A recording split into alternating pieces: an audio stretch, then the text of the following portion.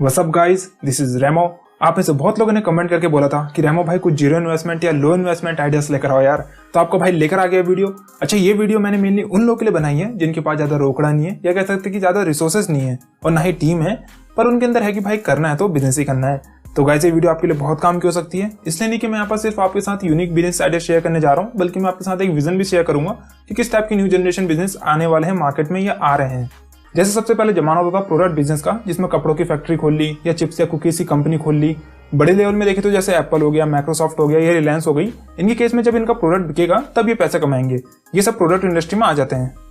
इनके बाद जमाना है, या कह सकते हैं कि जब एंटरप्रेन्योर्स और स्मार्ट हो गए तो आई सर्विस इंडस्ट्री, जिसमें इन्वेस्टमेंट कम लगती है और प्रॉफिट ज्यादा रहता है। जैसे कि बीपीओ खोल लिया अपना, या जिसे हम कॉल सेंटर भी कहते हैं, या फिर केएफसी, पिज्जा हट या मैकडोनल्ड में टिश्यू पेपर या केचप की सर्विस दे रहे हैं कि भाई आपके होटल में या रेस्टोरेंट में जो भी टिश्यू पेपर या केचप की जरूरत होगी वो हम आपको प्रोवाइड करवा देंगे। या फिर लॉजिस्टिक कंपनी खोल दी, अमेजॉन या दूसरे ई कॉमर्स वेबसाइट को प्रोडक्ट डिलीवरी की सर्विस दे सकते हैं। तो इसमें दोनों बिजनेस को फायदा रहता है हमेशा, पर ये भी ओल्ड फैशन बिजनेस हो गए हैं। अब जैसे जैसे टाइम बीतता रहा तो दुनिया भर के एंटरप्रेन्योर्स और स्मार्ट होते चले गए टाइम के साथ। तो आज के टाइम में बिजनेस या स्टार्टअप्स आ रहे हैं ब्रिजर या कनेक्टर टाइप के, जिसे हम न्यू जनरेशन बिजनेस भी कहते हैं, जिसमें इन्वेस्टमेंट बहुत कम होती है और कई केस में तो ना के बराबर होती है, पर रेवेन्यू 1000 टाइम ज्यादा होता है।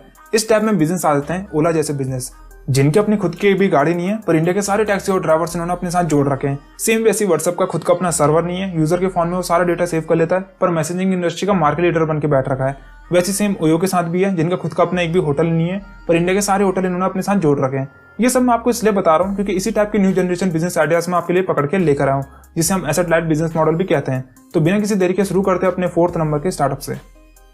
ये एक प्लांट रीसेलिंग का बिजनेस है। आज की डेट में बिजनेस बहुत ज्यादा पॉपुलर हो रहा है अमेरिकन और यूरोपियन कंट्रीज में। अच्छा, सबसे पहले एंटरप्रेन्योर्स ऑफलाइन प्लांट मार्केट में बिजनेस करते थे, जैसे ही खुद की अपनी दुकान खोल ली और वहां पर कई वैरायटी के पेड़ पौधे बेच रहे हैं या खुद जाके ही बेच रहे हैं।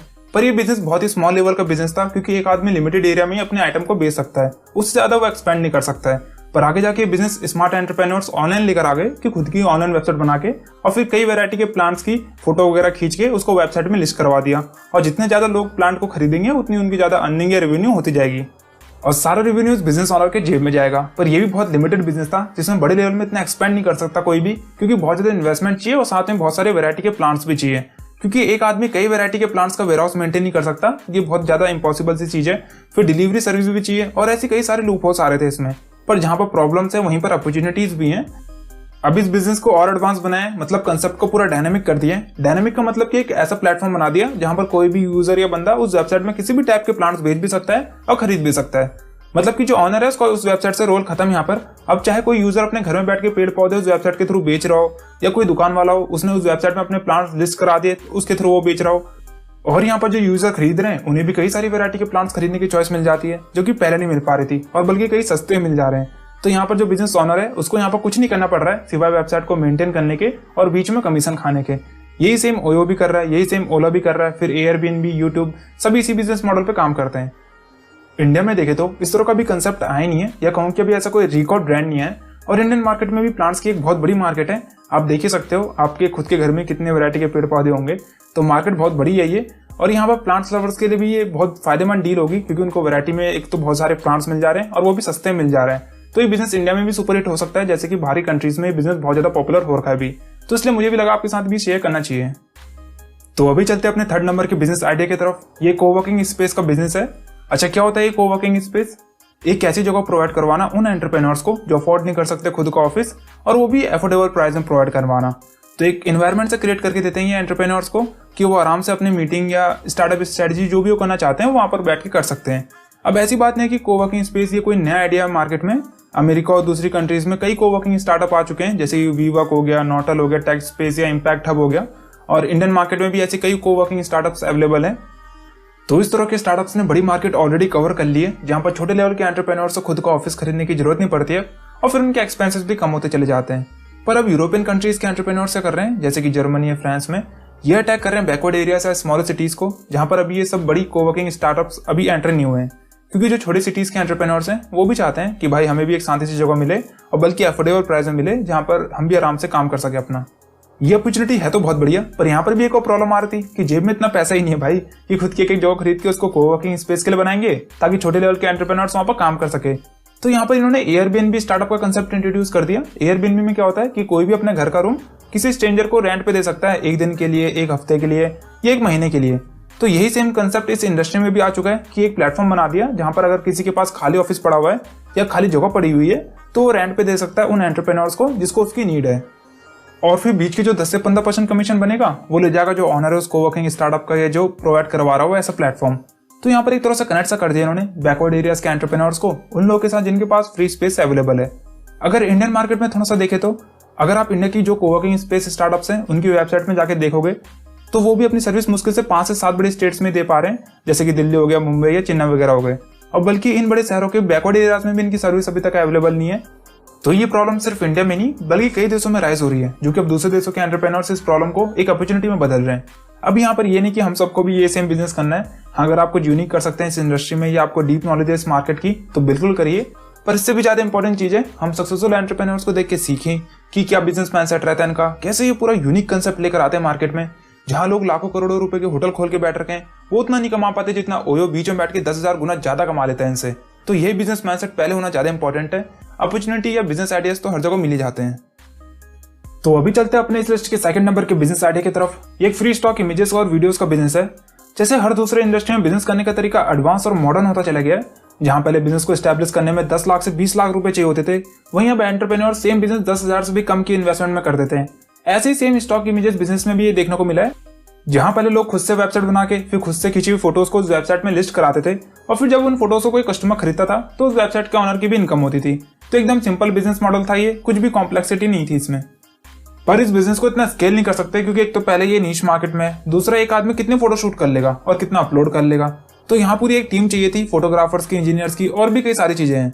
तो यहाँ पर लूप होल्स तो बहुत सारे थे। तो इन प्रॉब्लम से ओवरकम करने के लिए मार्केट में और स्मार्ट एंटरप्रेन्योर्स आए। उन्होंने मार्केट में यूनिक चीज निकाली कि पूरा प्लेटफॉर्म को डायनेमिक कर दिया कि कोई भी अपनी खींची हुई फोटोज को मेरी वेबसाइट में अपलोड कर सकता है। हाँ, बस क्वालिटी अच्छी होनी चाहिए।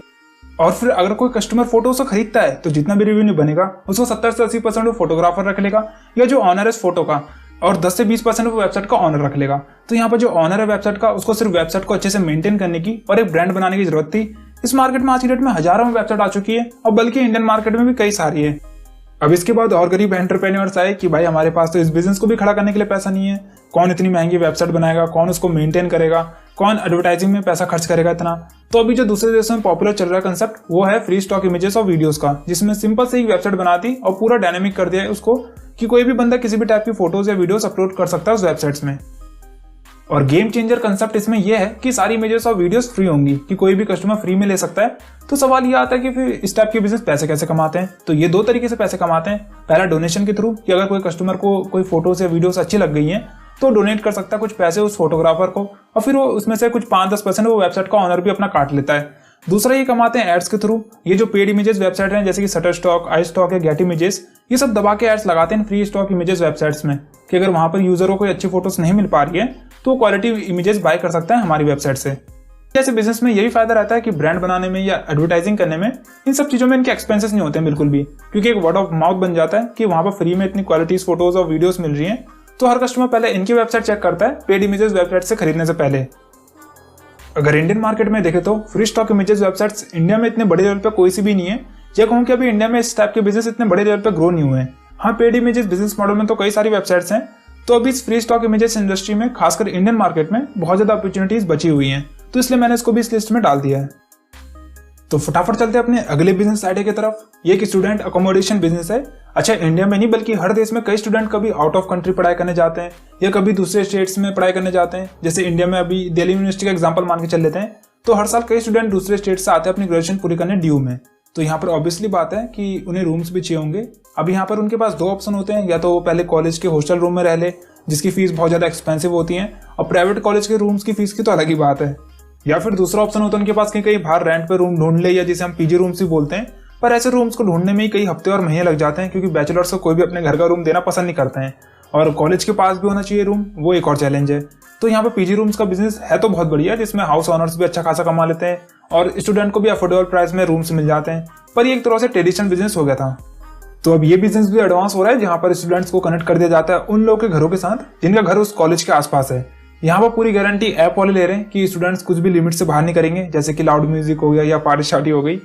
ऐसी चीजें सब रेस्ट्रिक्ट होंगी। अब अगर कोई स्टूडेंट रूम ले रहा है तो ऑब्वियसली बात है एक महीने की या एक हफ्ते के लिए तो लेगा नहीं, कम से कम 3 साल या 4 साल के लिए लेगा। तो यहाँ पर आपके माइंड में क्लैश भी कर रहा होगा कि स्टूडेंट एयरबीएनबी का ऑप्शन भी तो चूज कर सकते हैं। पर अगर आप एयरबीएनबी की वेबसाइट में चेक करोगे तो मैक्सिमम एयरबीएनबी अलाउड करता है 1 महीना, या अगर ज्यादा ज्यादा लॉन्ग वेकेशन या हॉलीडेज भी हैं तो ज्यादा 2 महीने के लिए, उससे ज्यादा एयरबीएनबी सर्विस नहीं देता अपनी। तो यहाँ पर इस तरह के प्लेटफॉर्म हेल्प में आ रहे हैं स्टूडेंट्स के लिए, जहां पर स्टूडेंट्स को अपने बजट में रूम मिल जा रहे हैं, फिर होम ओनर्स को अच्छे खासे पैसे मिल जा रहे हैं, वो भी टाइम टू टाइम, और जिनका प्लेटफॉर्म है वो हर स्टूडेंट से बीच में 5 से 10% कमीशन खा रहे हैं अपना। तो बिजनेस मॉडल बहुत ज्यादा अमेजिंग है।